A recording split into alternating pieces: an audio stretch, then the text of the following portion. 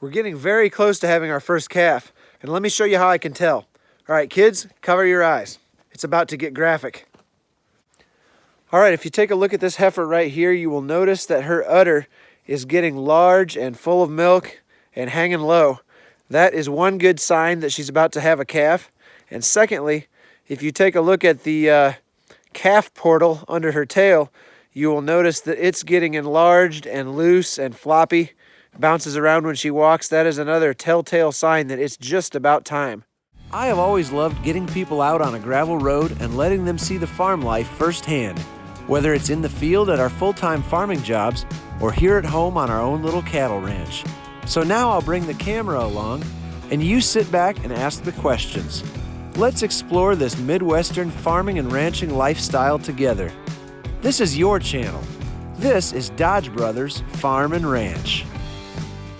First of all, before we get into the feature presentation today, I want to take another moment to do a public service announcement for safety. You see my hand? I got hurt the other night working cattle, and it was my fault. I want to explain what happened so it doesn't happen to you. All right, let's head in the barn here, and I'll show you what I did to hurt my hand the other night. Okay, so if you're a cow, you come in from the main area, enter this pen, swing this gate around, trap you up here in a smaller pen, and then you make the decision to enter the raceway, and you follow the raceway all the way back to where this 2x4 will not be leaning up against the wall, and you enter the glory of the chute, complete with headgate. Okay, so here's what happened. We've got this Prefert headgate that I bought second or third hand on Craigslist last year. I hadn't paid attention. This is why you should always check your equipment.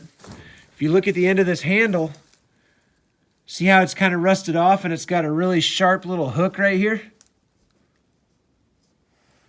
Well, that hook ended up embedded deeply in my hand the other night when we were working cattle, and one of them shot into the headgate really fast and the friction brake slipped on the headgate.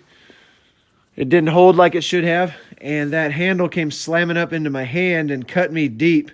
And I had to go to the hospital and get it cleaned out because I was covered in cattle manure, and it's a real rusty piece of metal that cut me, and I was afraid there might have actually been a piece of metal stuck in my hand. I couldn't tell. It was a really deep cut.